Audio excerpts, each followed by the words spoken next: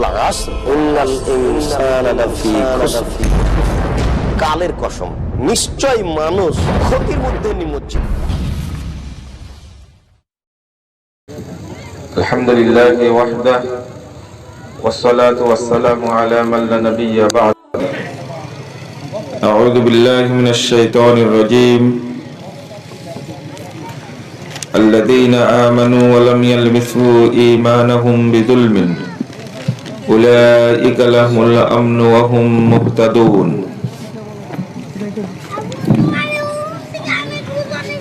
عن جابر رضي الله عنه قال قال رسول الله صلى الله عليه وسلم ثنتان موجبتان قال رجل ما الموجبتان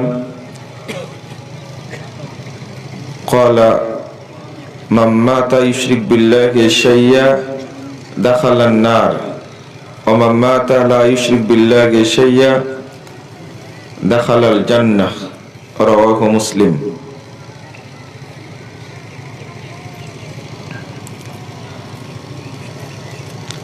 মোহতারাম সভাপতি, উপস্থিত উলামায়ে কেরাম, অতিথিবৃন্দ, সুধী মণ্ডলী, সামনে উপবিষ্ট শ্রদ্ধেয় মুসলিম ভ্রাতৃমণ্ডলী, আমার প্রাণপ্রিয় ছাত্র ও যুবক ভাইয়েরা, পর্দার আড়ালের মা ও বোনেরা, সকলকে আন্তরিক অভিনন্দন জানাচ্ছি। আল্লাহর কাছে দোয়া করছি আল্লাহ যেন আমাদের এই মাহফিলকে কবুল করে নেন, আমিন। যারা এই মাহফিলের আয়োজন করেছেন, সময়, শ্রম, অর্থ, মেধা ব্যয় করেছেন, এবং আপনারা যারা বিভিন্ন এলাকা থেকে এসে এই দিনের বেলায় মাহফিলে শামিল হয়েছেন, আল্লাহ রাব্বুল আলামিন আপনাদের আমাদের সকলকে জান্নাতুল ফেরদাউসের মেহমান হিসাবে কবুল করে নিন, আমিন।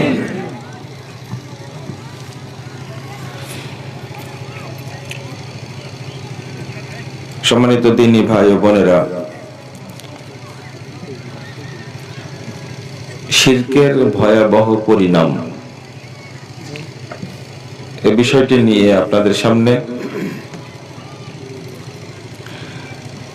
অল্প সময় কিছু কথা পেশ করে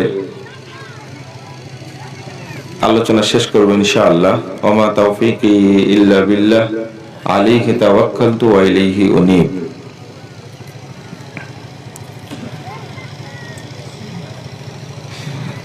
শিরক শব্দের অর্থ আল্লাহ রাব্বুল আলামিনের সাথে অন্য কাউকে কোন বিষয়ে অংশীদার স্থাপন করা।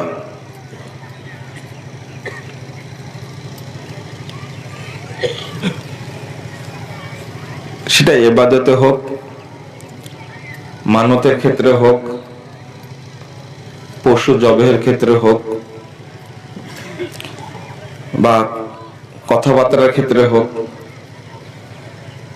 আল্লাহর সাথে অন্য কোনো বস্তু বা ব্যক্তিকে সম্পৃক্ত করলেই সেটা শিরক হয়। শিরক দুই প্রকার। এটা হলো শিরকে আকবার, বড় শিরক। বলেন তো আমার সাথে, বলেন, শিরকে আকবার মানে কি? বড় শিরক। মনে থাকবে? বড় শিরক। দুই নম্বর হলো শিরকে আসগার বা ছোট শিরক। কথাগুলো খেয়াল রাখবেন।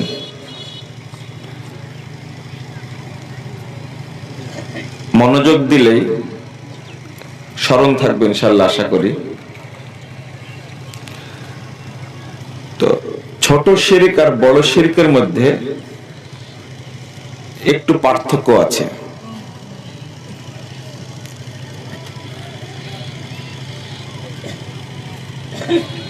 বড় শিরকটা করলে ওই ব্যক্তির কোনো আমল থাকবে না, ঈমানও থাকবে না, ইসলামও থাকবে না। মনে থাকবে কথাটা? কয়টা জিনিসের কথা বললাম? তিনটা। আমলও থাকবে না, বলেন, ঈমানও থাকবে না, ইসলামও থাকবে না। খুব গুরুত্বপূর্ণ বিষয়। তো বড় শিরক কোনগুলো? কবরে সেজদা দেওয়া, পীর ফকির ওলিকে সেজদা করা, মারা গেছে তার কাছে গিয়ে কিছু চাওয়া, আল্লাহ ছাড়া অন্য কেউ গায়েব জানেন এই বিশ্বাস করা। যেমন অনেকেই বলে রাসূল সাল্লাল্লাহু আলাইহি ওয়াসাল্লাম তো গায়েব জানতেন, এমনকি পীর ওলি মৃত যারা তারাও গায়েব জানে। গতকাল একটা মারা গেছে, এনাকে আল্লাহকে দেখাইতো সরাসরি, গদাবাল্লাহু আলাইহি। তো এখানে গুরুত্বপূর্ণ প্রসঙ্গ যেটা, সেটা হলো এই শিরকে আকবার বা বড় শিরকের মধ্যে অনেকেই নিমজ্জিত, হাবুডুবু খাচ্ছে। কোন ব্যক্তি যদি একটা টাকা মাজারে, কবরে, খাম্বায় যদি খালি দেয় তাকে পূজা করার জন্য, তাহলে আপনাকে অটো বুঝতে হবে যে আমার কোনো আমলই নেই, দুই আমার ঈমানও শেষ, তিন নম্বর ইসলামও শেষ। এটাকে পরিণাম হিসাবে বলা হয় মুখরিজুন আনিল মিল্লাহ, ইসলাম থেকে বহিষ্কার, ও খালিদান মুখাল্লাদান ফিন্নার, চিরস্থায়ী জাহান্নাম। মানে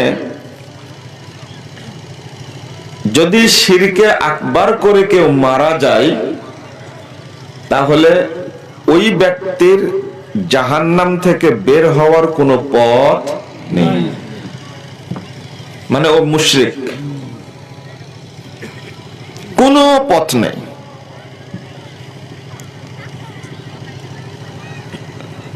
ধর্মীয় ভাবে বাংলাদেশে যত শিরক চলছে এবং রাজনৈতিক ভাবে যত শিরক পরিচর্যা করা হচ্ছে, একটা হলো উৎপাদন করা, আর একটা হলো মানে চাষ করা, আর একটা হলো পরিচর্যা করা।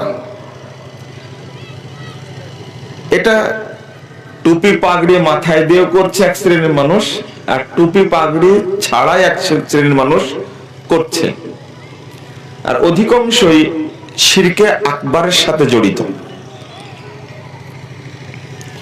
ভ্রান্ত আকীদা বনাম সঠিক আকীদা একটা বই আছে, আমি ওর মধ্যে কিছু তালিকা তুলে ধরেছি ভূমিকাতে।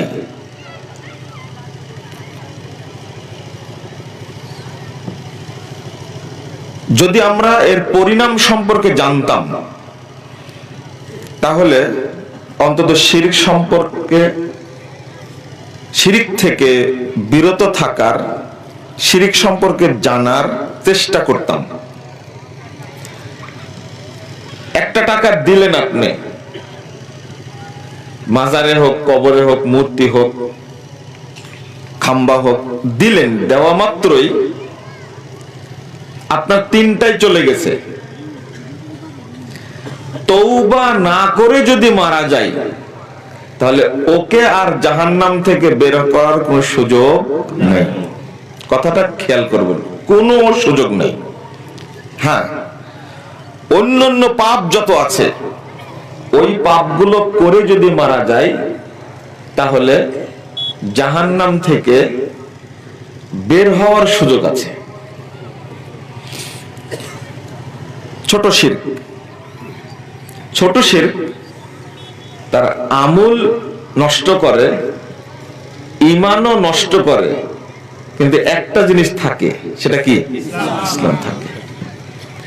তবে কোন কোন সালাফি বিদ্বান বলছেন, এটা আবার খুব শক্ত হয়ে গেছে, যে শিরিক তো শিরকি, করলে তার ঈমান, আমল, ইসলাম কিছুই থাকবে না। আমি নাম বলছি না, একজন বিখ্যাত পণ্ডিত মানুষ, আমি আলোচনা পড়তে গিয়ে হতবাক হয়েছি। সালাতের ক্ষেত্রে যেমন আরবি বিদ্বানগণ খুব কড়া, শিরকের ক্ষেত্রেও খুবই কড়া। এজন্য সৌদি আরব, কুয়েত, দুবাই, এই সমস্ত জায়গায় শিরকের কোনো আস্তানাও নেই, কোনো মাজার, কবর,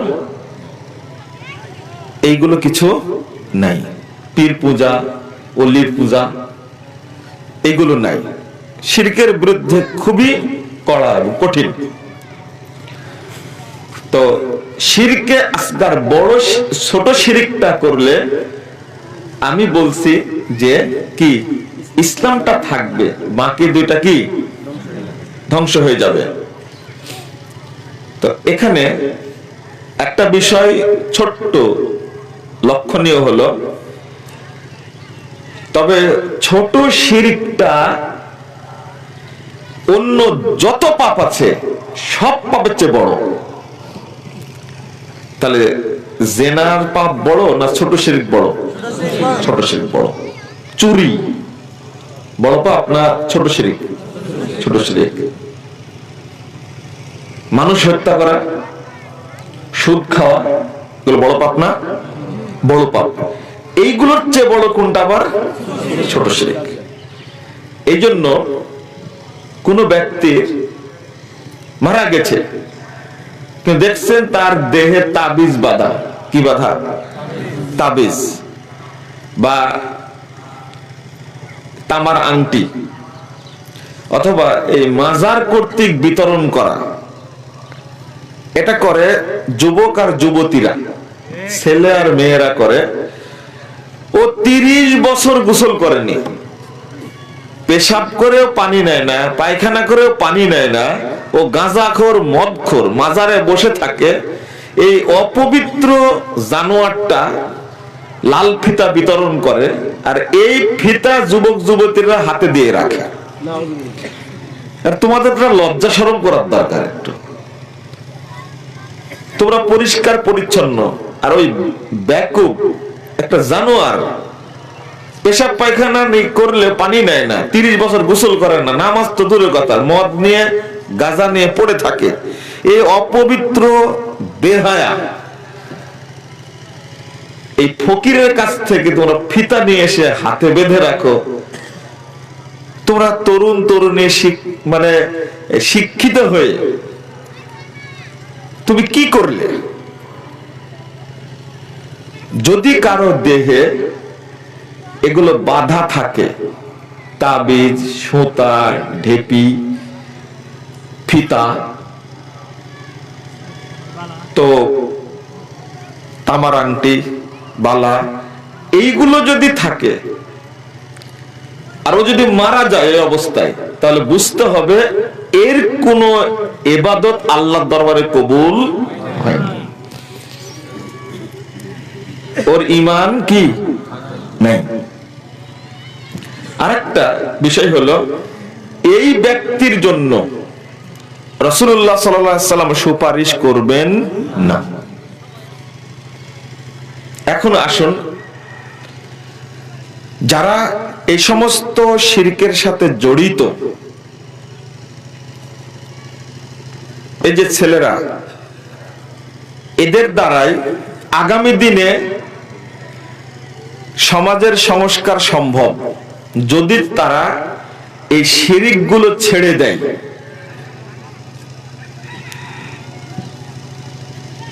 এই যে দিবস পালন উপলক্ষে যেগুলো করা হয় বাংলাদেশে, এটা মূলত বেদাতি কারবার। কিন্তু বেদাত করতে গিয়ে অনেক সময় ওটা কি হয়ে যায়, শিরিক হয়ে যায়।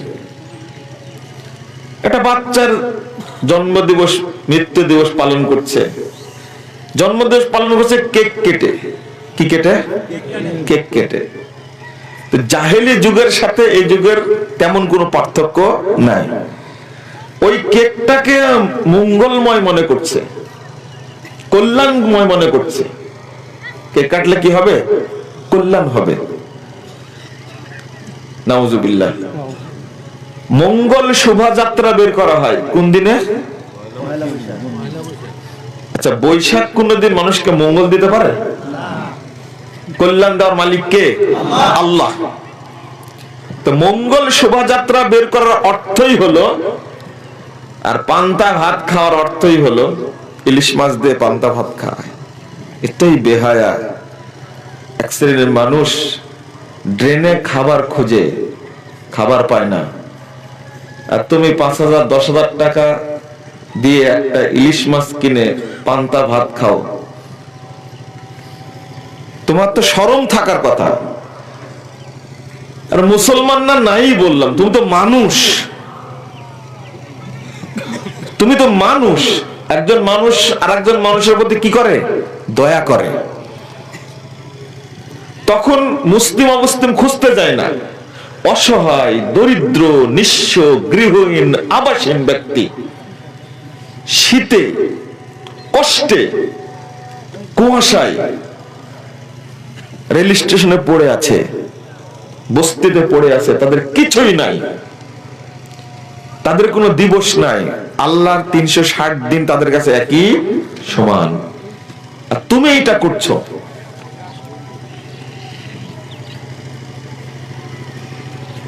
কি করে?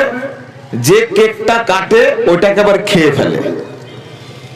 আর জাহেলি যুগে কি করা হতো? খেজুর দিয়ে মূর্তি বানানো হতো। কি? খেজুর দিয়ে মূর্তি বানানো হতো। তো ওই ব্যাগে করে নিয়ে যেত, যখন ক্ষুধা লাগে তখন আবার মূর্তিকে খেয়ে ফেলে। ছাতু, ছাতু বুঝেন তো? ইমাম কুরতুবী রাহিমাহুল্লাহ তিনি আলোচনা করতে গিয়ে এগুলো তুলে ধরেছেন খুব সুন্দর করে। ছাতুর মূর্তি তৈরি করেছে, তৈরি করে নিয়ে যাচ্ছে, যেতে যেতে ক্ষুধা লাগছে, আবার ওটা খেয়ে ফেলছে। কেক কাটার মতোই তো হলো নাকি? হ্যাঁ, যাকে তুমি কল্যাণকর মনে করছো ওইটা আবার খেয়ে ফেলছে। নাউজুবিল্লাহ। আর মোমবাতি জ্বালাচ্ছে না ওই জায়গাতে চারিদিকে। এই কাদের কাজ এগুলো? মুশরিকদের কাজ। এটাই হলো শিরকে আকবার। ওটা কল্যাণকর মনে করছে।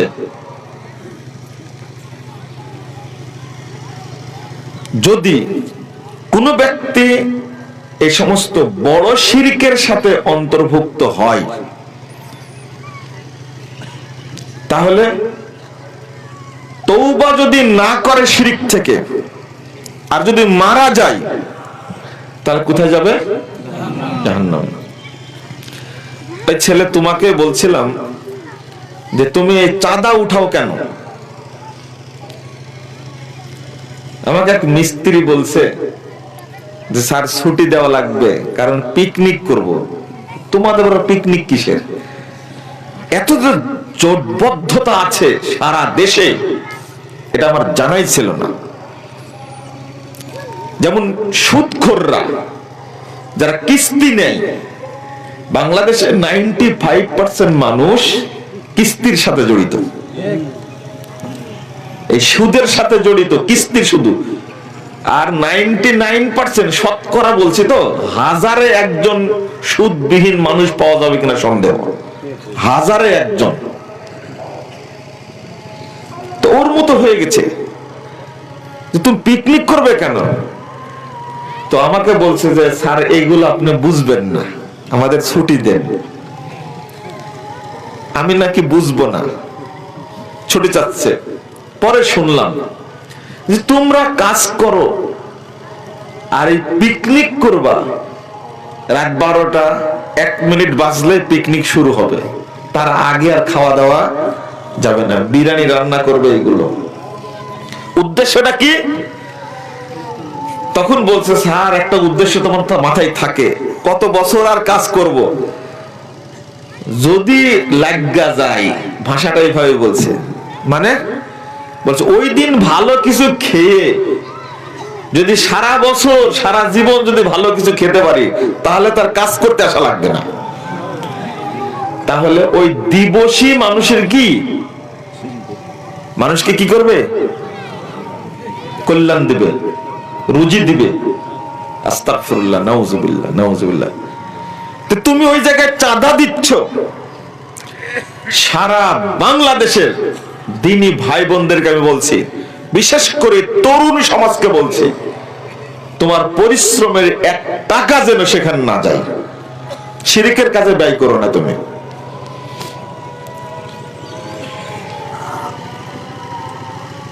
প্রথম নম্বর কথা, শিরিক না করে অন্য কোনো পাপ করলে বাঁচার সুযোগ আছে, আর শিরিক করে মরলে বাঁচার কোনো সুযোগ নাই, কোনো সুযোগ নাই। আমার কথাটা খুব কড়া লাগছে না, কড়া না, আমি কড়া করে বলছি না, আমি বোঝানোর জন্য বলছি। এখন যেটা বলছি, ও শিরকে আকবার করে মারা গেছে, আপনার বাপ হোক, দাদা হোক, নানা হোক, মা হোক, বোন হোক, দাদি হোক, চাচি হোক, শিরকে আকবার করে মারা গেছে, এর জন্য দোয়া করার কোনো সুযোগ নেই, সাদাকা করার কোনো সুযোগ নেই। হতবাক হচ্ছেন না, হতবাক হয়ে কোনো লাভও নেই। কেউ কেউ প্রশ্ন করতে পারেন যে তারা তো জানতো না যেটা বড় শিরক, সে মারা গেছে, তাহলেও কি একই অবস্থা? আমার প্রশ্ন, জানলো না কেন? এবার উত্তর দেন। আল্লাহকেই চিনেনি, কিন্তু আপনার বাপ একজন অভিজ্ঞ ব্যবসায়ী ছিলেন, কলেজের প্রিন্সিপাল ছিলেন, হাজলামি করার জায়গা পান না, তাই না? এসে প্রশ্ন করবেন আমাকে। এখন যারা বেঁচে আছেন, এক্ষেত্রে সমাধান দিব, আল্লাহ চাইলে ক্ষমা করবেন, না হলে শাস্তি দিবেন, আল্লাহর ব্যাপার। তো শরীয়ত যেটা বলছে সেটা, শিরকে আকবার করে কেউ মারা গেলে তার জন্য দোয়া করাও যাবে না, সাদাকা করাও যাবে না। আপনি সাদাকা করবেন, মাফ করবেন না। গলায় দড়ি দিয়ে মারা গেছে, গলায় দড়ি দিয়ে মারা গেছে, বিষ খেয়ে মারা গেছে, যদি শিরিক না করে থাকে, তার সন্তান, তার আত্মীয়, তার পক্ষ থেকে সাদাকা করলে আল্লাহ তা ক্ষমা করতে পারেন। কাল কিয়ামতের মাঠে আল্লাহ তা ক্ষমা করতে পারেন। জাহান্নামে গেলেও রাসূলের সুপারিশে জান্নাতে যেতে পারেন। কিন্তু এই বড় শিরিক করে মারা গেলে ওকে জাহান্নাম থেকে বের করার কোনো সুযোগ নেই, কোনো সুযোগ নেই। এবার আসুন, তার জন্য দোয়া করবেন, চলবে না। সাদাকা করবেন, চলবে না। কেন বলছি? ঈমানহীন মুশরিক অবস্থায় মারা গেছে, তওবা করেনি।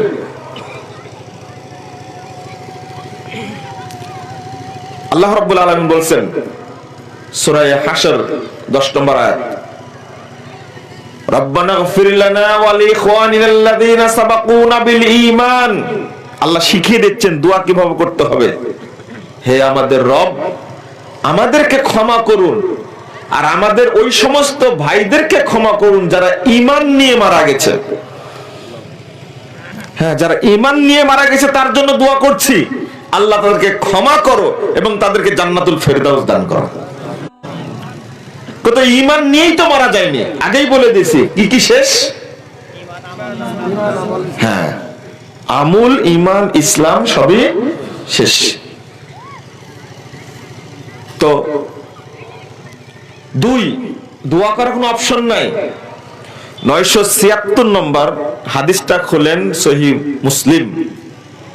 রাসূলুল্লাহ সাল্লাল্লাহু আলাইহি ওয়াসাল্লাম তিনি নিজেই বলছেন, হাদিস আসছে, যারা নবী সাল্লাল্লাহু আলাইহি ওয়াসাল্লাম কবর উম্মি, আল্লাহ রাসূল তার মায়ের কবর জিয়ারত করতে গেলেন। বাকা ও আবকা হাওলাহু মানে হাওলাহু, তিনি কাঁদলেন, তার কাঁদা দেখে সাহাবায়ে কেরাম কি তার সাথে যারা ছিলেন কাঁদছেন। তো রাসূল সাল্লাল্লাহু আলাইহি ওয়াসাল্লাম বলছে ইস্তাযানতু রাব্বি, আমি আল্লাহর কাছে চাইলাম, আমি আমার মায়ের জন্য ক্ষমা চাইব। ফালাম ইউদান লি, আমাকে অনুমতি দেওয়া হলো না। আমি আবার অনুমতি চাইলাম যে আল্লাহ আমি তার কবরটা জিয়ারত করতে চাই। তো তখন আল্লাহ আমাকে অনুমতি দিলেন, হ্যাঁ তুমি যেতে পারো, কিন্তু তার জন্য ক্ষমা চাওয়া যাবে না। খুব ব্যথা লাগছে তাই না? রাসূল সাল্লাল্লাহু আলাইহি ওয়াসাল্লামের মায়ের কথা না ভেবে আপনার মায়ের কথা ভাবেন।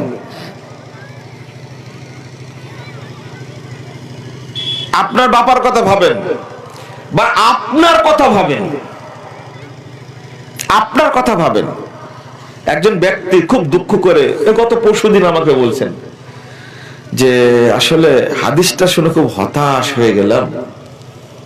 গত পরশুদিনেরই কথা, হতাশ হয়ে গেলাম। আমরা বলছি ইব্রাহিম আলাইহিস সালামের বাপ নাম কি? আজর। এই যে জাহান্নামে যাবে, সহিহ বুখারীর লম্বা হাদিস 473 পৃষ্ঠায় বর্ণিত হয়েছে, সহিহ বুখারীর প্রথম খণ্ডের। তো তাতে দুঃখ লাগে না? বলছে না, আজর তোর ইব্রাহিম আলাইহিস সালামের অনেক বিরোধিতা করেছে, অতটা আফসোস হয় না। কিন্তু রাসূল সাল্লাল্লাহু আলাইহি ওয়াসাল্লামের মা বাপের কথা শুনলে খুব আফসোস লাগে। বেদাতীরা, মাজার পূজারীরা এটা যুক্তি দিয়ে বলছে তারা তো রাসূলের দ্বীনই পায়নি। হাদিসগুলোর অপব্যাখ্যা কিভাবে করে? সহিহ মুসলিমের 203 নম্বর হাদিস, রাসূল সাল্লাল্লাহু আলাইহি ওয়াসাল্লাম একজন ব্যক্তিকে বলছেন, মানে ওই ব্যক্তি প্রশ্ন করেছিল যে আমার বাপ কোথায়? তোমার বাপ তো জাহান্নামে। এই কথা শুনে লোকটা রাগে উঠে চলে যাচ্ছে। রাসূল সাল্লাল্লাহু আলাইহি ওয়াসাল্লাম বলছেন, এই শুনো, ইন্না আবি ওয়া আবাকা ফিন্নার, 203 নম্বর হাদিস, সহিহ মুসলিম। আরে আমার বাপও জাহান্নামে, তোমার বাপও জাহান্নামে, তো তুমি রাগ করে চলে যাচ্ছ কেন? ভাষাটা কার? রাসূল সাল্লাল্লাহু আলাইহি ওয়াসাল্লাম বলছেন, ইন্না আবি ওয়া আবাকা ফিন্নার, আমার বাপ তোমার বাপ উভয় কোথায়? জাহান্নামে। তুমি রাগ করে চলে যাচ্ছ কেন? আল্লাহর নবী মুহাম্মদ সাল্লাল্লাহু আলাইহি ওয়াসাল্লাম তিনি কাল কিয়ামতের মাঠে তার বাপ মায়ের জন্য কিছুই করতে পারবেন না, কোনো সুযোগ নেই। তার একটা জাল হাদিস তৈরি করেছে যে রাসূল সাল্লাল্লাহু আলাইহি ওয়াসাল্লাম কবর থেকে বাপ মাকে উঠায়া কালেমা পড়ায় আবার কবরে রেখে দিয়েছেন। এই যে তুই যে একটা মিথ্যা কথা বললি রাসূলের নামে, তোর যে কি হবে তুই চিন্তা করবার।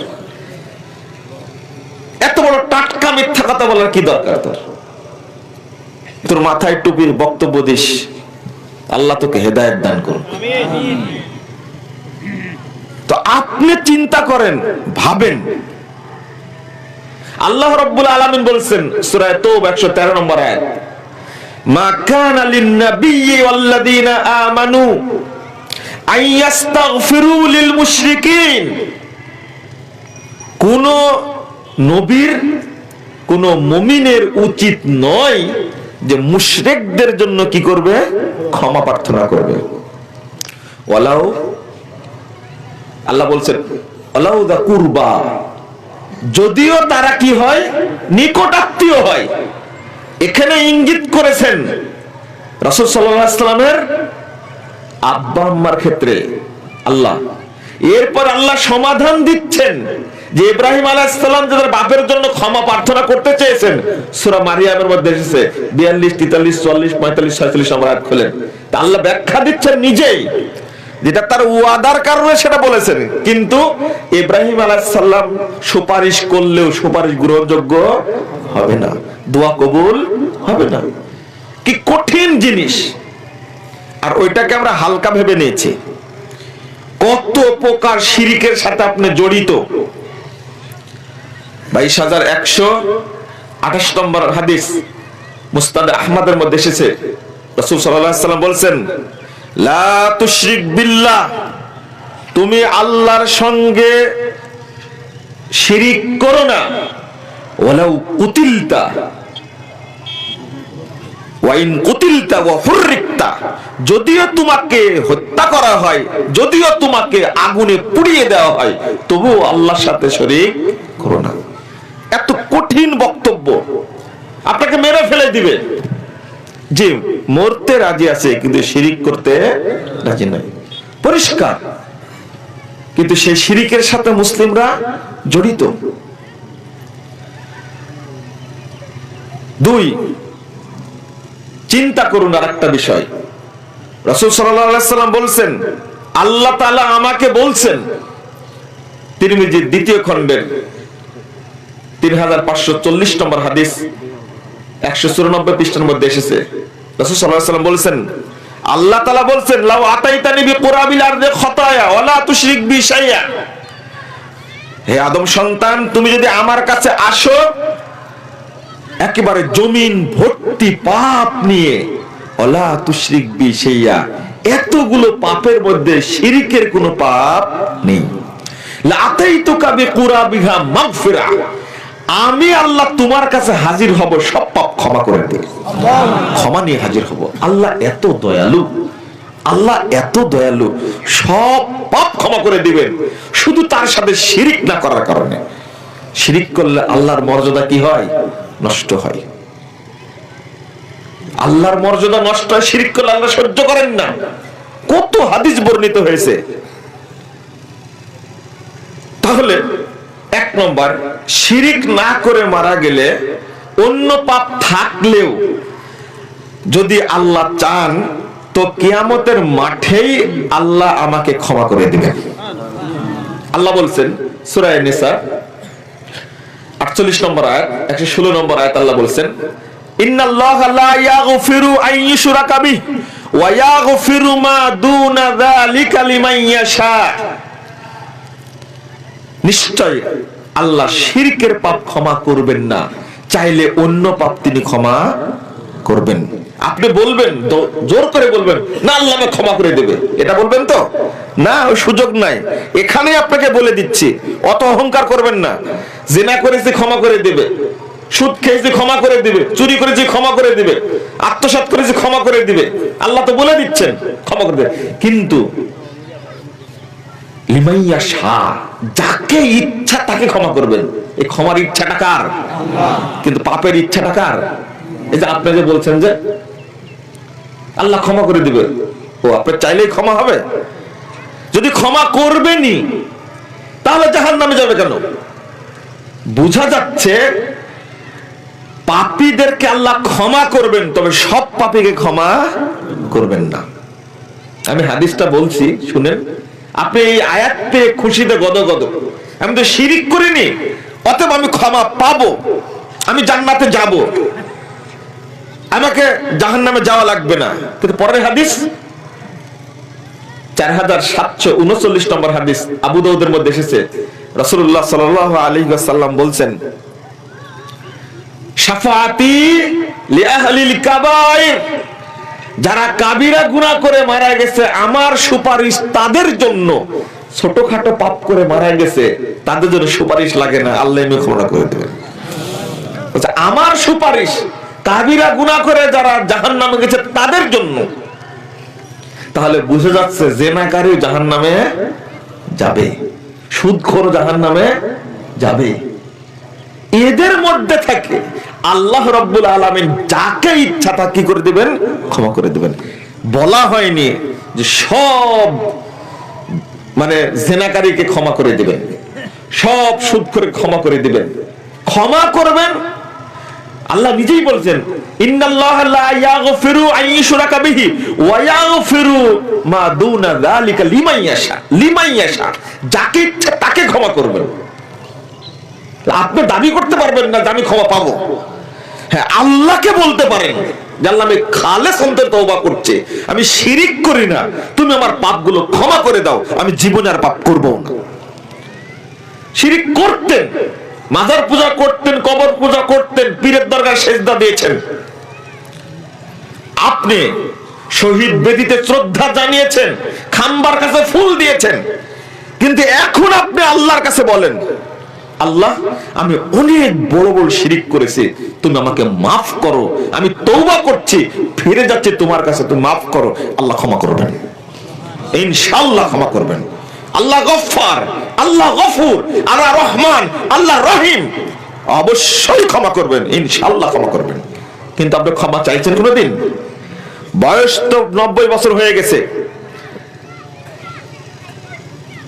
আমাদের জাকারিয়া মাদানী সাহেবের আব্বা আমার কাছে আসছিলেন কিছুক্ষণ আগে, বললেন আমার বয়স 94 বছর। শিক্ষক মানুষ মনে হয়, আল্লাহ তাকে হেফাজত করুক। 94 বছর বয়স পেয়েছে, কিন্তু চেহারা দেখে বোঝাই যায় না। এইরকম 94 বছর বয়সের মুরব্বী আরো আছে না? ঘরে বসে বসে শিরিক করছে।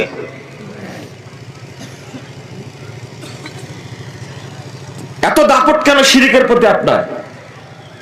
আপনি চিন্তা করেন না, একবার ভেবে দেখেন না যে আপনি শিরিকের সাথে জড়িত? আপনি ভাবেননি, কল্পনাও করেননি এত বড় বড় শিরিকের সাথে জড়িত। বক্তব্য দিয়ে কোনো কাজ হচ্ছে না, আপনার কিছু মনেই করছেন না। তওবা করেন, হয়েছে, আর শিরিক করব না, আমি তওবা করলাম। দুই, আরেকটা জিনিস শুনেন, এই জায়গাতেই রাসূল সাল্লাল্লাহু আলাইহি সাল্লাম বলছেন, তাহলে শিরিক না করলে বাঁচার অপশন এক, কিয়ামতের মাঠে আল্লাহ ক্ষমা করবেন।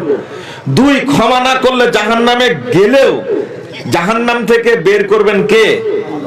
না, রাসূল সাল্লাল্লাহু আলাইহি সাল্লাম সুপারিশ করে কি করবেন? বের করবেন। জাহান্নামে গেছে, কিন্তু রাসূলের সুপারিশে জান্নাতে যেতে পারে। কিন্তু এটাও জেনে রাখেন, 2441 নম্বর হাদিস তিরমিজির মধ্যে এসেছে, রাসূল সাল্লাল্লাহু আলাইহি সাল্লাম বলছেন, ফাখতারতু শাফাআহ ওয়া হিয়া লিমান মাতা লা ইউশরিক বিল্লাহি শাইয়া। আমার সুপারিশ তার জন্য, আমার সুপারিশ তার জন্য যে ব্যক্তি মারা গেছে অথচ আল্লাহর সাথে কোনো কিছুকে শিরিক করেনি, আমি তার জন্য সুপারিশ করব। তাহলে ওই কাবিরা গুনাহগার ব্যক্তিদের মধ্যে কে নাই? শিরিককারী নেই, এটা বোঝা যায়। ফাখতারতু শাফাআহ, আমার সুপারিশ তার জন্য ইখতিয়ার যুক্ত করেছি। কে? লিমান মাতা লা ইউশরিক বিল্লাহি শাইয়া, মরে গেছে কিন্তু আল্লাহর সাথে শরীক করেনি, ওর জন্য সুপারিশ। আচ্ছা, 3 নম্বর সুযোগ আরেকটা আছে। রাসূলের সুপারিশে বের হতে পারলেন না, শিরিক করেননি, জাহান্নামে গেছেন, রাসূল সাল্লাল্লাহু আলাইহি ওয়াসাল্লাম সুপারিশে বের হতে পারলেন না, আরেকটা অপশন আছে। সেটা হলো, আপনি যে পাপের কারণে জাহান্নামে গেছেন, আল্লাহ রাসূলের সুপারিশ পাওয়ার যোগ্যতা রাখেননি আপনি। কোন পাপ বলেন তো? হ্যাঁ, বিদআত। বিদআতের জন্য আল্লাহ রাসূল সুপারিশ করবেন না। আরেকটা আছে, বলেন, বেনামাজি। যাবেন কোথায় আপনি? কারণটা কি জানেন? বেনামাজিও যে শিরিক করে, বেনামাজিও যে শিরিক করে এবং এই যে জাহান্নামের তলদেশে থাকবে। বেনামাজি 3 প্রকার, এটা ভুল বুঝবেন না। এক প্রকার, ওদেরকে নিয়ে চিন্তা ভাবনা করার দরকার নাই, যারা বলে নামাজ পড়তে হবে না, নামাজ পড়ার দরকার নাই, এরা খাঁটি কাফের। এরা কি? একবার নগদ কাফের। কি হলো? কারেন্ট রেল লাইন দিতেছে।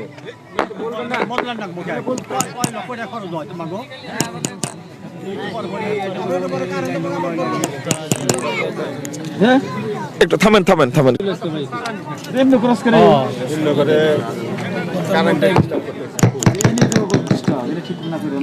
আমরা বলি যে, আমি বিশেষ করে অনুরোধ জানাই, আলোচনা শোনার সময় একটু মনোযোগ দিবেন। আসলে আমারই ব্যর্থতা, আমি সহজভাবে হয়তো উপস্থাপন করতে পারি না, কঠিন হয়ে যায় মনে হয় আমার বক্তব্যগুলো। আমি কোন জায়গায় গেলাম যেন?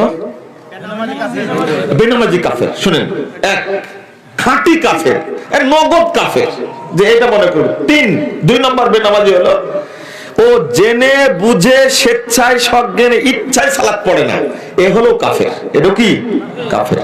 3 নম্বর বেনামাজি হলো এ হলো চরম বেয়াদব একটা, ওর বাপ 2-4 দিন পিটাই তো সালাত পড়ে, মা বলে যে তুই শুয়োর না মানে বানর, গালিগালাজ করে 3 দিন পরে আর 5 দিন নাই, আছে না? এটা হলো খাটাস শ্রেণীর এটা। হ্যাঁ, এতই বেহুদ্দা। ওই আগের 2 প্রকার বেনামাজ যেটা, এরা কাফের, এতে কোনো সন্দেহ নাই। ওর নাম যতই ভালো হোক না কেন, আব্দুর রহমান, আব্দুল্লাহ, আব্দুর রহিম, যাই হোক না কেন, ও কি কাফের। আর এই বেনামাজি কাফের না, এ হলো ফাসেক। এটা কি ফাসেক, ও অনুতপ্ত। নামাজ পড়া উচিত, নামাজ পড়লে ভালো হয়, 2 দিন পড়ে 5 দিন পড়ে না, আছে না এটা? তবে আলেমগণের কিছু আলেমের বক্তব্য হলো যে 1 ওয়াক্ত সালাত যদি কেউ ছেড়ে দেয়, 1 ওয়াক্ত, তাহলে সে কাফের হয়ে যাবে। খুব জটিল এটা। এই বেনামাজি কেন কাফের, মুশরিক কেন বলছি? কারণ আল্লাহ রাসূলের সুপারিশে পাবে না কেন? হাদিস আসছে, রাসূল সাল্লাল্লাহু আলাইহি সাল্লাম বলছেন, 1080 নম্বর হাদিস, ইবনে মাজার মধ্যে পাবেন, মান তারাকাহা ফাকাদ আশরাক। রাসূল সাল্লাল্লাহু আলাইহি ওয়াসাল্লাম বলছেন, যে ব্যক্তি সালাত ছেড়ে দিল সে আল্লাহর সাথে শিরিক করলো। নাউজুবিল্লাহ। কিভাবে এটা, কিভাবে বলেন তো? 59 নম্বর আয়াত সূরা মারইয়াম খুলুন, আল্লাহ বলেন, ফাখালাফা মিন বাদিহিম খালফুন আযাউস সালাহ ওয়াত্তাবাউশ শাহওয়াত ফাসাউফা ইয়ালকাউনা গাইয়া। এই যে আয়াত দ্বারা আপনি প্রমাণ নেন, আযাউস সালাহ, সে সালাতকে নষ্ট করেছে, আর একটাকে প্রবৃত্তির অনুসরণ করেছে, এই যে আত্মার পূজা করা, ফাসাউফা ইয়ালকাউনা গাইয়া, এই ব্যক্তি অচিরেই জাহান্নামের তলদেশে নিক্ষিপ্ত হবে। এই যে প্রবৃত্তির অনুসরণ করা, এটাই হলো শিরক। এই জন্য রাসূল সাল্লাল্লাহু আলাইহি সাল্লামের সুপারিশে ওই বেনামাজি জাহান্নাম থেকে বের হতে পারবে না। তখন কি হবে? সুপারিশ যেহেতু বের হলো না, এখন যে যা পাপ করেছিল কিয়ামতের মাঠে ক্ষমা পায়নি, রাসূল সাল্লাল্লাহু আলাইহি সাল্লামের সুপারিশে বের হতে পারেনি। 3, এখন ওই যে ঈমানটুকু আছে, তাওহীদটুকু আছে, এটা যে নষ্ট হয়নি, কিন্তু পাপগুলো করেছে, এই পাপ পুড়ে পুড়ে পুড়ে পুড়ে মানে পাপের প্রায়শ্চিত্ত ভোগ করার পরে যখন শেষ হবে, তখন জাহান্নাম থেকে বের করে আল্লাহ জান্নাত দিবেন। তাই জাহান্নামে তাহলে থাকতে চাচ্ছেন আপনারা? এখানে সুবহানাল্লাহ বলার কি আছে? অভ্যাস হয়ে গেছে, তাই না? এটা অনুতপ্ত হলেন না, এখানে বলার দরকার ছিল কি ইন্না লিল্লাহ, আল্লাহ জাহান্নাম থেকে বের করবেন, এখানে সুবহানাল্লাহ বলার কি দরকার? আচ্ছা, এই 5 মিনিট জাহান্নামে যাবে, 5 মিনিটের জন্য কে কে আছেন? হাত তোলেন তো দেখি। এখন হাত তুলবেন না, সুবহানাল্লাহ মানলেন কেন আপনি? এখানে জাল হাদিস বললো সুবহানাল্লাহ বলেন আপনারা, এটা অভ্যাস হয়ে গেছে। জালসার মাঠ তো, বক্তার মুখ চুলার মুখ, যা বলে তাই খায়, যা দেয় তাই খায়। বক্তার মুখ থেকে যা বের হবে ভক্তরা তাই খায়, একটু বাছ বিচার করে না। আমি আপনাদের বলছিলাম যেটা, এখানে অত জোর সুবহানাল্লাহ বলতে হবে না, কারণ আমরা 1 সেকেন্ডের জন্য জাহান্নাম যেতে চাই না। আল্লাহ তুমি কবুল করো, আমিন। আল্লাহ তুমি আমাদেরকে জাহান্নাম থেকে মুক্ত করে দাও, আমিন ইয়া রাব্বাল আলামিন। আমরা 1 সেকেন্ডের জন্য না, জাহান্নামের ধারে কাছে যেতে চাই না। আল্লাহ তুমি আমাদেরকে মাফ করো, আমিন। তাহলে ওই যে ঈমানের যে তাওহীদের যে বরকত, আমার তাওহীদের আলোচনা শুনে নিন আপনি, সেখানে আমি আলোচনা করেছি আলাদাভাবে। কিন্তু বাঁচার অপশন পাওয়া গেল অন্যান্য পাপের, কিন্তু শিরিক করে মারা গেছে, এর বাঁচার কোনো অপশন পাওয়া গেল না, কোনো অপশন নাই, অপশন ফাঁকা। আল্লাহ রাব্বুল আলামিন বলছেন, যদি ওয়াল্লাযীনা আমানু ওয়া লাম ইয়ালবিসু ঈমানাহুম বিযুলমিন উলাইকা লাহুমুল আমনু ওয়া হুম মুহতাদুন। সূরা আনআম 82 নম্বর আয়াত খুলুন। যারা ঈমান এনেছে আর ঈমানের সাথে শিরককে মিশ্রিত করেনি, যারা ঈমান এনেছে আর ঈমানের সাথে শিরককে কি করেনি, জুলুম মানে শিরক, আল্লাহ বলছেন উলাইকা লাহুমুল আমন, কত বড় মর্যাদা, ওহুম মুহতাদুন। আল্লাহ বলছেন তাদের জন্য এই দুনিয়াতে এবং কিয়ামতের মাঠে আল্লাহর পক্ষ থেকে নিরাপত্তা আছে। শুধু শিরক করেনি, একটা শর্ত করেছেন ওহুম মুহতাদুন, আর তারাই হলো হেদায়েত প্রাপ্ত। তাহলে অন্তত আমরা শিরকের পাপ থেকে বেঁচে থাকবো, বলুন ইনশাআল্লাহ। যদি করে ফেলেন আপনি, সূরা আনআম 88 নম্বর আয়াত আল্লাহ বলছেন ওয়ালাউ আশরাকু লাহাবিতা আনহুম মা কানু ইয়ামালুন। তারা যদি শিরক করে তো যত আমল করেছে সবই কি হয়ে যাবে, নষ্ট হয়ে যাবে। আপনাকে তো বিশ্বাস করাতে পারছি না। আপনি যে ফুলটা দিয়ে আসলেন, আপনাকে খুব খুশিতে এলাকার মানুষ থাকতেন, মালয়েশিয়ায় দেশে কাজ করেছেন, মসজিদ মাদ্রাসা তৈরি করেছেন, এমপি ভোটে দাঁড়ায় গেলেন, ভোটে পাশ করলেন, আর আনন্দে গিয়ে ৭৬ বছর বয়স আমেরিকার প্রেসিডেন্ট হলো, তাই না? বয়স ৭৬, আপনারও বয়স হয়তো এরকম। এই যে আনন্দে গিয়ে ভক্তি জানাতে গিয়ে খাম্বার কাছে যে ফুলটা দিয়ে আসলেন, এই ৭৬ বছর বয়সে যা করেছেন, যদি এক নেকি আপনার থাকে, যদি ঈমান যদি থাকে, তাহলে কোরআন হাদিস কি হয়ে যাবে, মিথ্যা হয়ে যাবে। না, থাকবে না। আপনাকে বাঁচানোর জন্য বলছি। কেন মরবেন না আপনি? না মরবেন না? ভাবখানা মনে হয় শিরক করা দেখলে যে মরবে না। আবারও ভালো করে শুনে রাখুন, আল্লাহ রাব্বুল আলামিন বলছেন সূরা জুমার 65 নম্বর আয়াত, আল্লাহর নবীকে লক্ষ্য করে বলছেন ওয়ালাকাদ উহিয়া ইলাইকা ওয়া ইলাল্লাযীনা মিন ক্বাবলিক লাইন আশরাকতা লায়াহবাতান্না আমালুক। আপনার উপরে যেটা ওহী করা হচ্ছে এটা পূর্বে ওহী করা হয়েছিল। লাইন আশরাকতা, যদি আপনি শিরক করেন, লায়াহবাতান্না আমালুক, অবশ্যই অবশ্যই আপনার আমল নষ্ট হয়ে যাবে। ওয়ালা তাকুনান্না মিনাল খাসিরিন, আপনি ক্ষতিগ্রস্তদের অন্তর্ভুক্ত হয়ে যাবেন। নাউজুবিল্লাহ।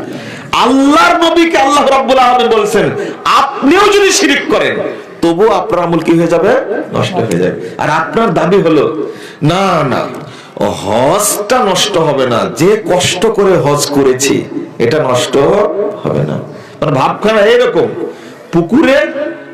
পুকুরে যদি বীজ দেওয়া হয় তাহলে রুই মাছটা মরবে না, আর বাকি মাছ কি মরে যাবে।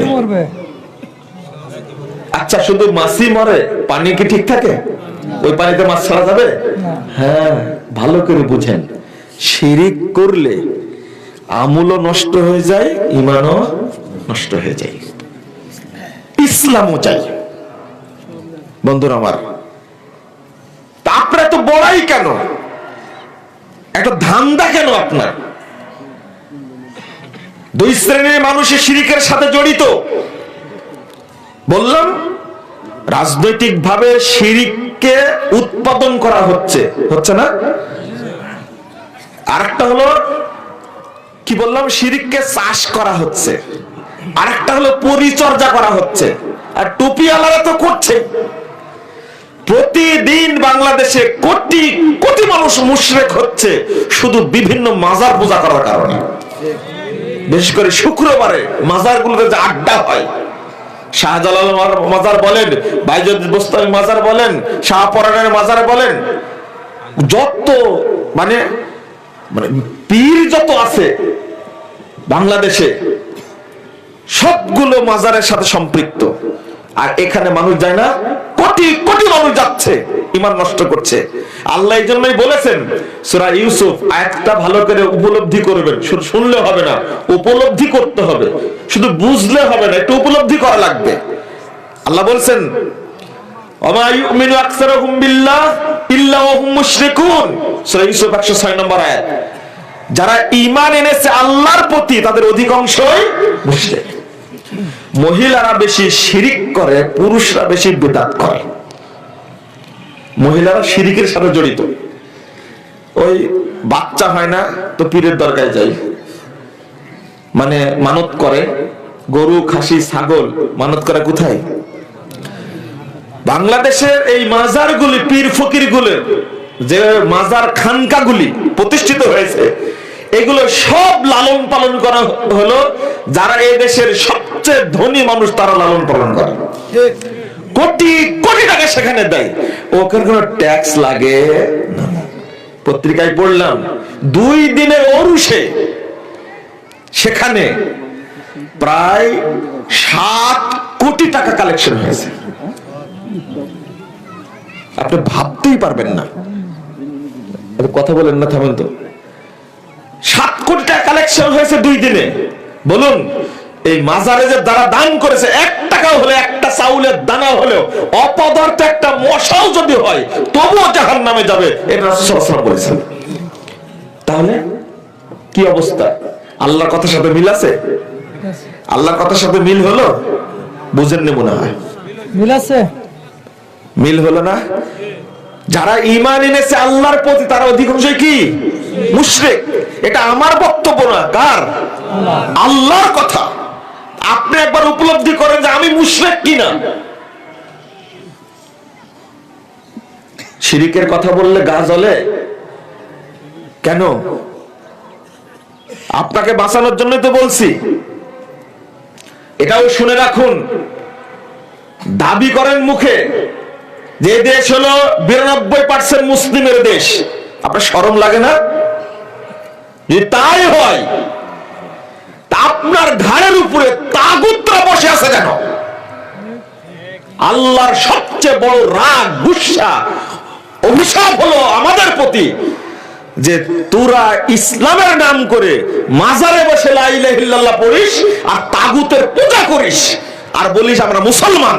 এই জন্য অল্প সংখ্যক নাস্তিক, অল্প সংখ্যক তাগুত দিয়ে 92% মুসলমানের ঘাড়ের উপরে তাগুতি শাসন বসায় রাখছে আল্লাহ। তোমাদের লজ্জা হবে না? তোমরা আগে তাগুত বুঝো।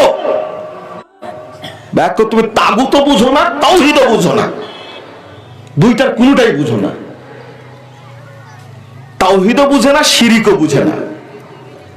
এই জন্যই তো বাংলাদেশের মানুষ অধিকাংশ এরা মুসলিম বলছো। আমার বক্তব্য হলো 92% মুসলিমের মধ্যে মুনাফিকদের সংখ্যা বেশি, কারণ তারা আল্লাহ রাব্বুল আলামিনের নাম নিয়ে মুনাফিকি করে। কারণটা কি? ও মসজিদের সেজদা করে, মাজারও সেজদা করে। টাটকা মুনাফিক না? কাঁচা মুনাফিক না? তুমি মক্কাতেও যাও, আবার পীরের দরগাও গিয়ে সেজদা করো। তুমি তো মুনাফিক, কাঁচা মুনাফিক, তুমি টাটকা মুনাফিক। তুমি, তোমার প্রতি আল্লাহ খুশি হবে কোনদিন? তুমি বাপ মাকে ভক্তি করো না, পীরকে ভক্তি করো। তুমি, তোমার শরম লজ্জা নাই? তোমার গ্রামের মানুষ খেতে পায় না, আর তুমি পীরের দরগায় 2 লাখ টাকার গরু দান করো, কি হবে? তোমার শরম নাই? তুমি কাঁচা মুনাফিক একটা। আবার জুমার দিনে তুমি টুপি নিয়ে মাথায় দিয়ে, জুমার দিনে টুপি মাথায় দিয়ে আবার মসজিদে প্রথম কাতারে হাজির হও, মানুষ ফাঁকা করে দেয়, বড় হুজুর আসছে, ওকে ফাঁকা করে দি।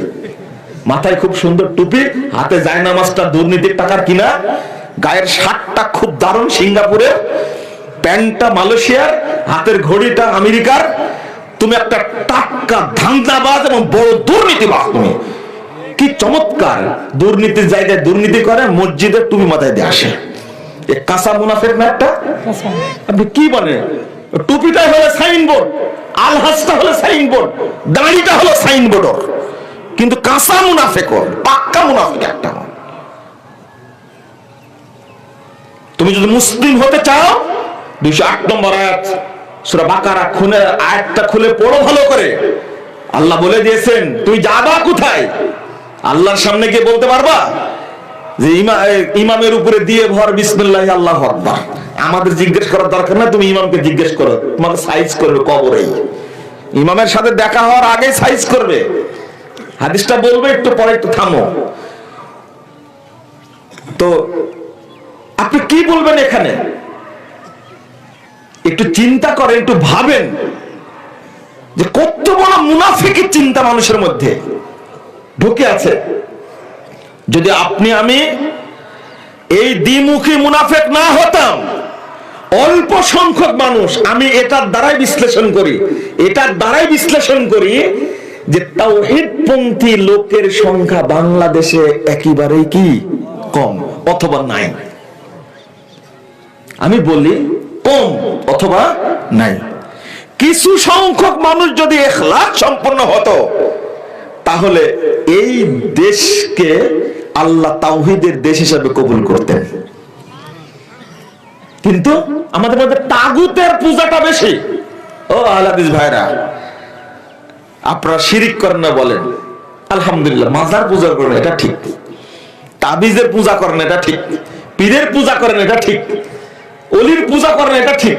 খানকায় যান না, এটা ঠিক। মাজারে যান, এটা ঠিক। কিন্তু তাগুত শয়তানের কি করেন? আনুগত্য করেন, ইবাদত করেন। এই জন্য বলি ভাই, তোমরা তাগুতটা বুঝো একটু, তাওহীদটা বুঝো একটু। আল্লাহ বলে দিচ্ছেন, একটু যদি হয় কোন দিনই থাকবে না তাওহীদ। আচ্ছা, আগুন আর পানিকে এক জায়গায় কি রাখা যায়? রাখা যায়? তাহলে তাওহীদ আর তাগুত কি করে এক জায়গায় থাকে? তাহলে আমি কি মুনাফিক? আমি কি মুনাফিক? এখন আমি হেদায়েত পাইনি। আল্লাহর ভাষায় শুনুন, 256 নম্বর আয়াত সূরা বাকারা। আল্লাহ বলছেন, ওমাইয়াকফুর বিত-তাগুত ওয়া ইউমিন বিল্লাহ ফাকাদ ইসতামসাকা বিল উরওয়াতিল বুসকা লা ইনফিসামা লাহা। আল্লাহ বলছেন, যে ব্যক্তি তাগুতকে অস্বীকার করবে, যাবতীয় তাগুতকে আপনাকে অস্বীকার করতে হবে। তাগুত মানে আল্লাহদ্রোহী, শয়তান।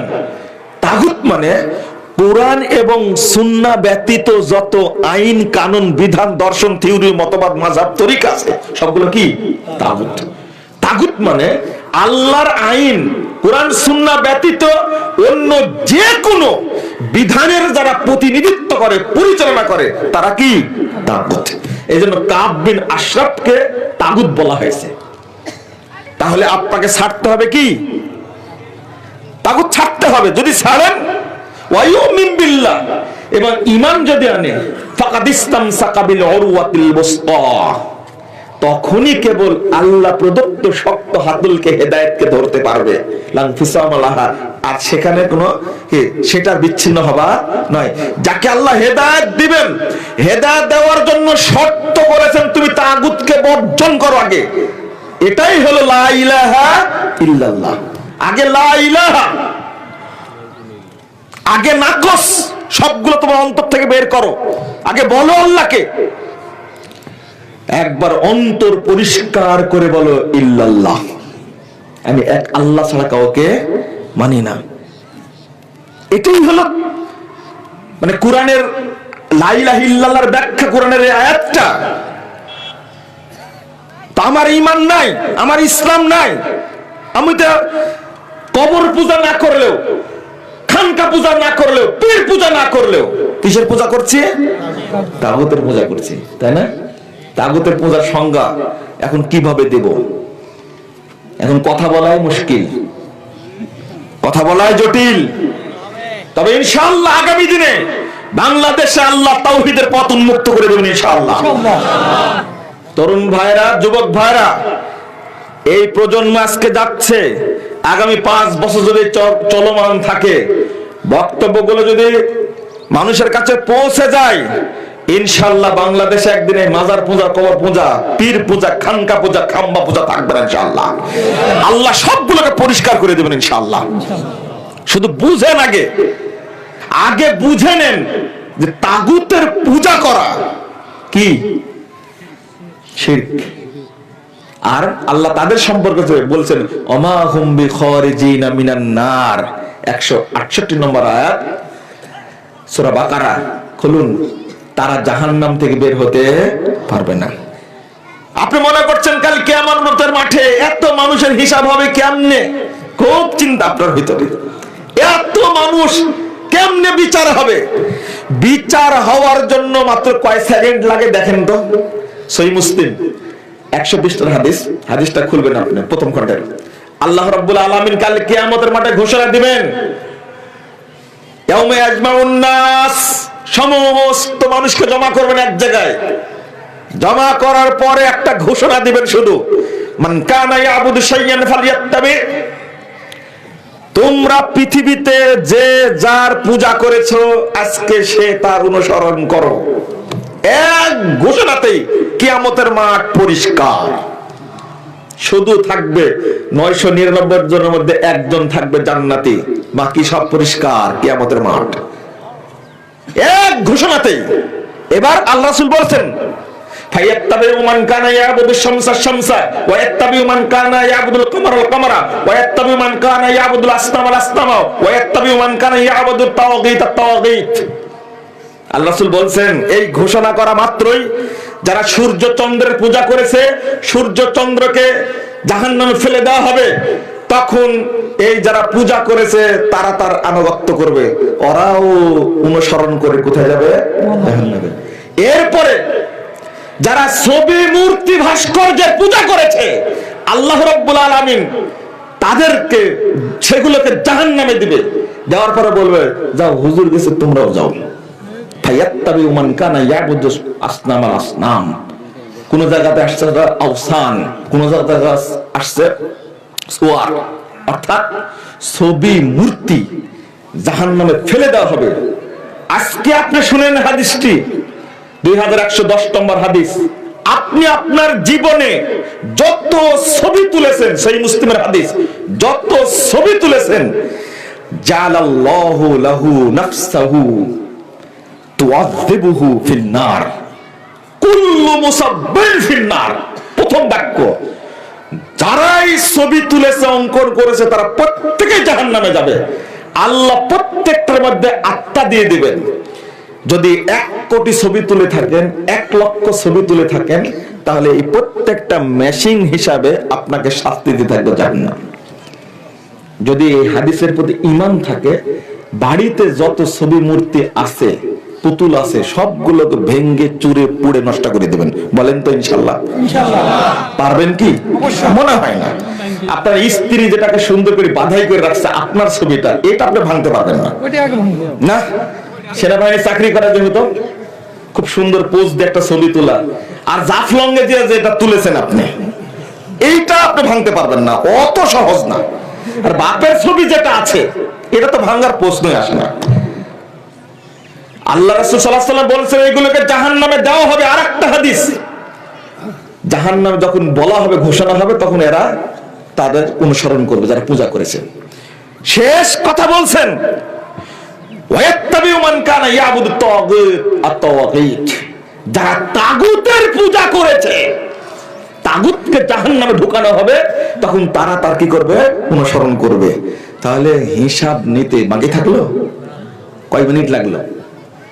আপনার খুব চিন্তা যে এত মানুষের হিসাব হবে কেমনে, তাই খুব চিন্তা। এক ঘোষণায় কিয়ামতের মাঠ পরিষ্কার, একবারে পরিষ্কার। এই সমস্ত তাগুতের পূজা থেকে বিরত থাকো, ইনশাআল্লাহ আল্লাহর রহমত নাজিল হবে। এই বাংলাদেশ ইনশাআল্লাহ তাওহীদের দেশ হিসাবে আল্লাহর কাছে গৃহীত হবে ইনশাআল্লাহ। আল্লাহ রাব্বুল আলামিন বলেন, প্রথম কথা, আমল যে নষ্ট হয়ে যাবে বুঝলেন, ঈমান যে নষ্ট হয়ে যাবে বুঝলেন, পরিণাম কি? আল্লাহ বলেন, ওয়া ইন্নাহু মান ইউশরিক বিল্লাহ ফাকাদ হারামাল্লাহু আলাইহিল জান্নাহ ওয়া মাওয়াহুন নার ওয়া মা লিয-যালিমিনা মিন আনসার। সবচেয়ে বড় পাপ, এত বড় পাপ শিরক। আল্লাহ বলেন, যে ব্যক্তি আল্লাহর সঙ্গে শরীক স্থাপন করবে, তার উপরে আল্লাহ জান্নাতকে হারাম করে দিয়েছেন। ওয়া মাওয়াহুন নার, তার স্থান হলো জাহান্নামে। ওয়া মা লিয-যালিমিনা মিন আনসার, আর এই শিরককারী জালেমদের জন্য কোনো সাহায্যকারী থাকবে না, কাল কিয়ামতের মাঠে থাকবে না। কারণ আপনি বড় পাপ করেছেন। ইন্না শিরকা লা যুলমুন আযীম, সূরা লুকমান খুলুন। শিরক হলো সবচেয়ে বড় পাপ। আল্লাহ রাসূল বলেন, আলা উনাব্বিকুম বিআকবারিল কাবায়ের, 184 পৃষ্ঠা খুলুন সহিহ বুখারী দ্বিতীয় খণ্ডে। আমি তোমাদেরকে বড় পাপ সম্পর্কে বলবো না? আল্লাহ রাসূল বলছেন আল ইশরাকু বিল্লাহ, সবচেয়ে বড় পাপ হলো আল্লাহর সাথে শিরক করা। আর তাদের জন্য কিয়ামতের মাঠে কোনো সাহায্যকারী থাকবে না। আপনি একটু ভেবে দেখেন, সাহায্যকারী থাকবে না মানে? আপনি তো আজকে খুব দাপট দেখাচ্ছেন, একটু চিন্তা করলেন না কাল কিয়ামতের মাঠে ইব্রাহিম আলাইহিস সালামের বাপের কি হবে? যখন শিরকের বিরুদ্ধে কথা বলা হচ্ছে, বেদাতের বিরুদ্ধে কথা বলা হচ্ছে, তোর এক শ্রেণীর মানুষ দাওয়াতকে গলা টিপে হত্যা করার জন্য চেষ্টা করছে, তুমি বাঁচবে কতদিন? 60 বছর, 70 বছর, 100 বছর, 150 বছর, তারপরে তুমি মরবে না? ফেরাউন বেঁচে ছিল 300 বছর, মরেনিও। নমরুদের যতদিন ক্ষমতা ছিল, ফেরাউনের তোমার যতদিন ক্ষমতা ছিল, আবু জাহাল আবুল আহাবের যত ক্ষমতা ছিল, তোমার এখন ক্ষমতা আছে? আল্লাহ বলছেন ওয়া মা লিয-যালিমিনা মিন আনসার, তার জন্য কোনো সাহায্যকারী থাকবে না। খুব মাতলামি করেছে, ফাইজলামি খুব করেছে আজর ইব্রাহিম আলাইহিস সালামের সাথে। বাপ বেটার সাথে যে বদমাশি করেছে, এই বদমাশির প্রতিশোধ ইব্রাহিম আলাইহিস সালাম পাবেন কাল কিয়ামতের মাঠে। হাদিসটা জানেন না? বাপকে বুঝাচ্ছেন, কিভাবে বুঝানোর স্টাইল দেখেন। ইয়া আবাতি, শুনেন, ইয়া আবাতি বলছে, ও আব্বা, হে আব্বা, লিমা তা'বুদু মা লা ইয়াসমাউ ওয়া লা ইউবসিরু ওয়া লা ইউগনি আনকা শাইয়্যা। আব্বা, আপনি তার পূজা করেন কেন যে চোখে দেখে না, কানে শুনে না, আপনার উপকার ক্ষতি কিছুই করতে পারে না, তার পূজা করেন কেন? আবার বলছে ইয়া আবাতি, হে আব্বা, বলছেন قد جاءني من العلم ما لم يأتك فاتبعني أهدك صراطا سويا। আব্বা, আমার কাছে যে ইলম এসেছে আপনার কাছে আসেনি, ফাত্তাবিনি, আপনি আমার অনুসরণ করেন, আমি আপনাকে জান্নাতের পথ দেখাবো। 3 আবার বলছে ইয়া আবাতি লা তা'বুদিশ শাইতান ইন্নাশ শাইতানা কানা লির-রহমানি আসিয়া। আব্বা, আপনি শয়তানের ইবাদত করবেন না, শয়তান আল্লাহর বড় অবাধ্য। আবার বলছেন ইয়া আবাতি ইন্নী আখাফু আইয়ামাসসাকা আযাবুম মিনার রহমান ফাতাকুন লিশ-শাইতানি ওলিয়্যা। কত সুন্দর ডাক দিয়ে বলছেন। কে বলছে? ইব্রাহিম আলাইহিস সালাম বলেছেন তার বাপকে, আমি ভয় পাচ্ছি আর রহমানের আযাব আপনি গ্রাস করবে। এরপরে 4 বার এইভাবে দরদের সাথে ডাকার পরে শয়তান বলছে ক্বালা রাগিবরান তানা আলিহাতি ইয়া ইব্রাহিম লাম তাহির লা আরজুমান্না আহজুরনি মালিয়া। তুমি কি আমার মূর্তিগুলোকে ভৎসনা করছো, আমার মাবুদগুলোকে ভৎসনা করছো? তুমি যদি বন্ধ না করো তোর মুখ, আমি তোমাকে পাথর মেরে রজম করব। আহজুরনি মালিয়া, দূর হও আমার বাড়ি থেকে। ইব্রাহিম আলাইহিস সালাম বের করে দিলেন বাড়ি থেকে। আপোষ করেছিলেন? আপোষ করেছিলেন না, স্পষ্ট ঘোষণা দিয়ে চলে গেলেন। সূরা মুমতাহানা খুলুন 4 নম্বর আয়াতে, ইন্না বুরাআকুম মিনকুম ওয়া মিম্মা তা'বুদুনা মিন দুনিল্লাহ ওয়া কাফারনা বিকুম ওয়া বাদারা বাইনানা ওয়া বাইনাকুমুল আদাওয়াতুল বাগদাউ হাত্তা তুমিনু বিল্লাহি ওয়াহদা। স্পষ্ট বললে তোমাদের সাথে বিচ্ছেদ হয়ে গেল, যতক্ষণ পর্যন্ত এক আল্লাহর প্রতি ঈমান না আনবে, তাওহীদকে গ্রহণ না করবে, ততক্ষণ তোমাদের সাথে আপোষ নেই। পেরে চলে গেলেন। তাতে কি হয়েছে? কাল কিয়ামতের মাঠের কথা বলছেন আল্লাহ রাসূল সাল্লাল্লাহু আলাইহি সাল্লাম। বলছেন ইয়ালকা ইব্রাহিম আবাহু আযর, ইব্রাহিম আলাইহিস সালাম তার বাপের সঙ্গে সাক্ষাৎ করবেন। ওয়ালা আযর কাতরা কবরা, আযরের চুলগুলো এলোমেলো, মুখটা ধুলাই মলিন। দেখা হওয়া মাত্রই বলবে, দেখা হওয়ার মাত্রই বলবেন যে আলাম আকুল্লাকা লা তাসিনি, আমি কি আপনাকে বলিনি আপনি আমার অবাধ্যতা করবেন না? তখন আযর বলবে ফালিয়াউমালা আসিকা, বেটা আজকে তুমি যা বলবে সব শুনবো, আজকে আর বিরোধিতা করব না। লা হাওলা ওয়ালা কুওয়াতা ইল্লা বিল্লাহ। কিয়ামতের মাঠে লাভ হবে বলে না। আমি এতটুকু বলার জন্য আসিনি, জাহান্নামে দেওয়া হবে। যে অবস্থা বাপের, এর চেয়ে বড় অপমান বেটার জন্য কি হতে পারে? আবেদনটা দেখছেন কি চমৎকার।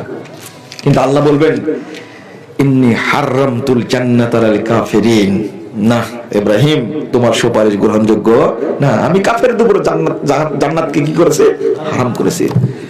ভাই কল্লাহুনদুর মাতা হাতারিজ লাইক বলা হবে, তুমি 2 পায়ের নিচে তাকায় দেখো তো দেখবেন একটা বানরের মতো পশু, লেপ্টানো ভিজানো পশু, চার পায়া করে ধরে তাকে জাহান্নামের মধ্যে নিক্ষেপ করা হচ্ছে। কে এটা? ইব্রাহিমের বাবা আজর। দাপট দেখাবা তুমি?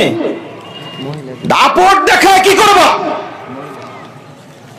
আজর ক্ষমতাশীল নমরুদের স্বরাষ্ট্রমন্ত্রী, ডান হাত, ইব্রাহিম আলাইহিস সালামকে সহ্য করতে পারেনি, কিন্তু কাল কিয়ামতের মাঠে তার পরিণাম হবে অত্যন্ত ভয়াবহ। অতএব ওই দাপট দেখা লাভ নাই, শিরিক বর্জন করুন, তাওহীদকে গ্রহণ করুন। এটা স্পষ্ট কথা, এটা জান্নাতের জন্য, কল্যাণের জন্য। আর যদি আপনি শিরিকের পক্ষে কথা বলেন তাহলে আজরের মতো হতে হবে। আর এই কথাগুলো মাঠে যখন ছড়িয়ে যাচ্ছে তখন আমাদেরকে নিয়ে অনেক কথা বলা হচ্ছে। না, শিরিকের সাথে কোনো আপোষ নেই, বেদাতের সাথে কোনো আপোষ নেই, স্পষ্ট। আহলে হাদিসরা, সালাফিরা সারা পৃথিবীতে নির্ভেজাল তাওহীদের দাওয়াতি কার্যক্রম চালিয়ে যাচ্ছে, শিরিকের বিরুদ্ধে অবস্থান, বেদাতের বিরুদ্ধে অবস্থান। আমরা সব সময় একটা কথা দাবি করে বলি, যেদিন মানুষ শিরিক মুক্ত হবে সেই দিন আল্লাহর পক্ষ থেকে রহমত নাযিল হবে। বিষয়গুলো এবং তাওহীদের বিষয়গুলো আপনারা জেনে নেবেন, যেন কোনো কাজেই আমরা শিরিকের অন্তর্ভুক্ত না হয়ে যাই। আল্লাহ যেন আমাদেরকে শিরিক থেকে হেফাজত করে, আল্লাহ যেন আমাদেরকে বেদাত থেকে হেফাজত করে। আর শিরিকের পক্ষে, বেদাতের পক্ষে যেন আমার কথা উচ্চারিত না হয়। যদি উচ্চারিত হয় শিরিক বেদাতের বিপক্ষে হবে, তাওহীদ এবং সুন্নাতের পক্ষে হবে ইনশাআল্লাহ। আজকে দাওয়াতগুলো ছড়িয়ে যাওয়ার কারণে আহলে হাদিস তরুণ ভাইদের প্রতি যে অত্যাচার চালানো হচ্ছে সারা বাংলাদেশে, জেএমবি জঙ্গির অপবাদ দিয়ে মসজিদ বন্ধ করে দেওয়া সহ ছেলেদের গ্রেফতার করে নেওয়া, মানে এক শ্রেণীর টুপিওয়ালা এই ষড়যন্ত্র চালাচ্ছে। আহলে হাদিসরা কি জঙ্গি? এদেরকে মুসলিম মনে করে না, আর কাদিয়ানীদেরকে কাফের মনে করে, দাবি করে কাদিয়ানীদেরকে কাফের ঘোষণা করা হোক। জানার পরেও আহলে হাদিসদের বিরুদ্ধে বিষোদ্গার করে থাকে। এখন তরুণ ভাইদের উচিত বেশি বেশি দাওয়াতি কার্যক্রম পরিচালনা করা। যত দাওয়াত ছড়িয়ে পড়বে তত দিন প্রতিষ্ঠিত হবে, তাওহীদ প্রতিষ্ঠিত হবে। ধৈর্য ধরে সামনে আগাতে হবে, কারণ যদি ধৈর্য না থাকে দাওয়াতি কাজ স্থায়ী হবে না। ভোলার মসজিদ ভেঙে দিয়েছে, ফরিদপুরের মসজিদ ভেঙে দিয়েছে, তাই বলে আমাকে উত্তপ্ত হতে হবে এটা উদ্দেশ্য না, বরং প্রতিজ্ঞাবদ্ধ হও, প্রতিজ্ঞা করো। মসজিদ ফরিদপুরের একটা ভেঙেছে, লাখো মসজিদ বাংলাদেশে তৈরি হবে ইনশাআল্লাহ। এইটা চিন্তা করো। আমি দিনী ভাইদেরকে বলবো, পাড়ায় পাড়ায়, মহল্লায় মহল্লায়, গ্রামে গ্রামে, থানায় থানায়, ইউনিয়নে ইউনিয়নে, জেলায় জেলায় লাখো লাখো মসজিদ তৈরি করো ইনশাআল্লাহ।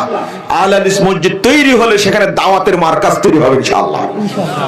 বন্ধুরা আমার, আমি আর বক্তব্য আগাচ্ছি না, প্রশ্নের উত্তরটা আমি দিতে চাই না, এই জন্য যে এই যে কথা শুনবেন এখন আপনারা, অর্ধেক শুনবেন, অর্ধেক অমনোযোগী, যা উল্টাপাল্টা করে দিবেন। এরপরে প্রশ্ন উত্তর দেই, কিন্তু প্রশ্নগুলো থাকে শিরিক বিদআত সম্পর্কে, প্রশ্নগুলো থাকে বেশিরভাগ আপনার সালাত, সিয়াম, ওযু সম্পর্কে। আমরা তো আপনাদের একটা বই দিয়েছি, প্রশ্নোত্তর আরকানুল ইসলাম, 1330টা প্রশ্নোত্তর আছে। সেই বইটা আপনারা সংগ্রহ করবেন, বাড়িতে রেখে দিবেন।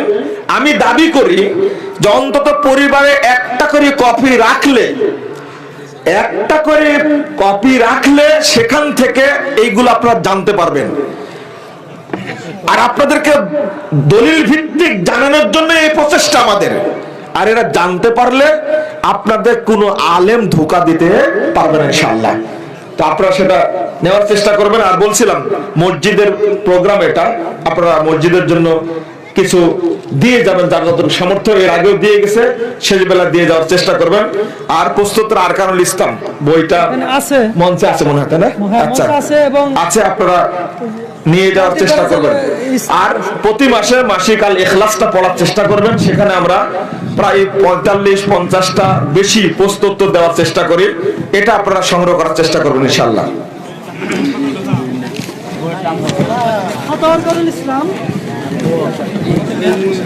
আসসালামু আলাইকুম সম্মানিত দর্শকবৃন্দ, ফাতাওয়ার কানুল ইসলাম বইটা আছে এখানে 420 টাকা মূল্য।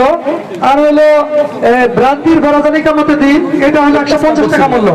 এটা হলো 420 টাকা, 420 আর হলো 150 এই কামতে দিন। এটা হলো ভ্রান্তির ফাতাওয়ার কানুল ইসলাম 420 টাকা।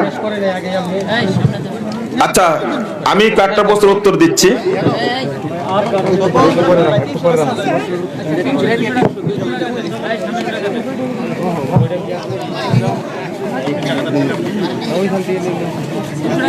আমি আগে একটা ভাই প্রশ্ন করেছেন, যাদের আকীদাগত সমস্যা আছে তাদের বক্তব্য শোনা যাবে কিনা। আমার আগের কয়েকটা বক্তব্য শুনে নেবেন।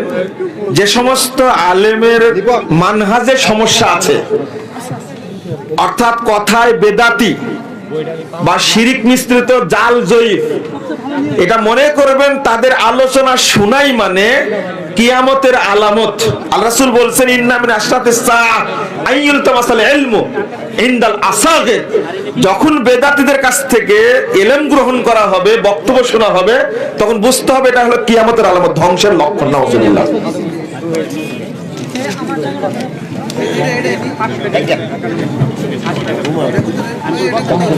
জনৈক বক্তা বলেছেন, পরকালে ফেরাউনের দাসীকে বিবাহ করবেন রাসূল সাল্লাল্লাহু আলাইহি ওয়াসাল্লাম। এই যে জনৈক বক্তাই মানে বেদাতি বক্তা, ঠিক আছে? আপনারা এই সমস্ত মিথ্যুক বক্তাদের বক্তব্য শুনেন কেন? আর দোষ তো আপনাদেরই বেশি। কারণ হলো এই মিথ্যুকদেরকে আপনারা টাকা খরচ করে নিয়ে আসেন, আবার হেলিকপ্টার করে নিয়ে আসেন। কেন? যদি আপনারা না নিয়ে আসেন তাহলে এই মিথ্যুকরা তো আসতে পারবে না। আল্লাহকে সর্বশক্তিমান বললে শিরিক হবে কি? না, শিরিক হবে না। কারণ ইন্নাল্লাহ আলা কুল্লি শাইইন কদির, কদির শব্দটা আসছে সর্বশক্তিমান, এর অনুবাদ করা যায়। তবে কৌশল করবেন না। কৌশল বলতে আল্লাহর নাম না নিয়ে সর্বশক্তিমানের নামে শুরু করছি, এই ভাষা যদি কৌশলগত ব্যবহার করেন তাহলে আর আপনার মুসলিম থাকবেন না। মানে আল্লাহর নাম নিতে আপনার অন্তর চাই না, মুখ দিয়ে কৌশলে উল্লেখ করেন, এই কৌশলটা করবেন না। চেয়ারে বসে সালাত আদায় করার বিধান কি? হ্যাঁ, চেয়ারে বসে সালাত আদায় করতে আপনি পারবেন, তো জবাবটা আল্লাহকে দিয়েন আপনি। সেটা হলো সারাদিন আপনি দৌড়ে বেড়াচ্ছেন আর সালাতের বেলায় মসজিদে এসে চেয়ারে বসে সালাত পড়ছেন। মসজিদটা চেয়ারে এখন ভর্তি হয়ে গেছে, আর প্লাস্টিকের চেয়ারও পাওয়া যায়, মানে 200 টাকা দিলে একটা চেয়ার পাওয়া যায়, আর চেয়ার নেশে রেখে দেয় না। সালাতের বিষয়টা এটা আল্লাহকে বোঝানোর ব্যাপার, আমার সাথে কৌশল করে লাভ নেই। আপনি সাধ্য অনুযায়ী চেষ্টা করবেন, একেবারে অসুস্থ হলে চেয়ারে বসে সালাত আদায় করবেন, কিন্তু এটা বোঝাতে হবে আল্লাহকে।